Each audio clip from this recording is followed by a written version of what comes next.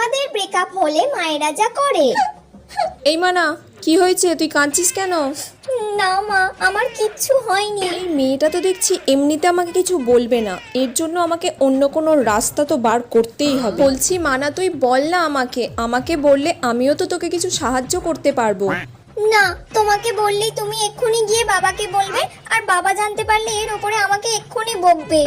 না রে, আমি বাবাকে কিচ্ছু বলবো না, তুই আমাকে নির্দ্বিধায় বল। ঠিক আছে, বলছি। মা, ওই পাড়ার পচা আমাকে ছেড়ে কোন একটা বড় লোকের মেয়েকে পেয়ে তার সঙ্গে প্রেম করছে। ও আমাকে ঠকিয়েছে। ওই পাড়ার পচার সঙ্গে তুমি প্রেম করেছো? পচা যে একটা বাজে থার্ড ক্লাস ছেলে, তোমাকে এটা আমি আগে বলিনি।